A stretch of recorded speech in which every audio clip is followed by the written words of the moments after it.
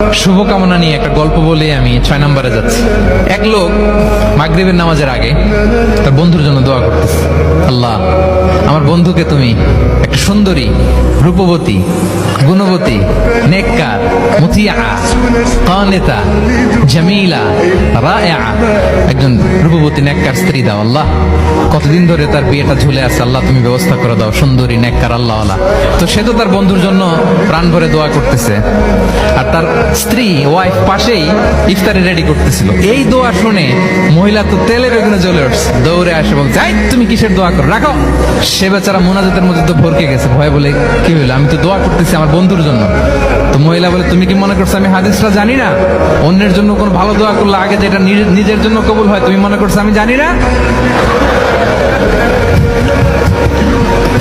তুমি ভাবছো হাদিস শুধু তুমি একা জানো, আমি জানি না? না কি সব দোয়া করে এগুলা? আল্লাহু আকবার।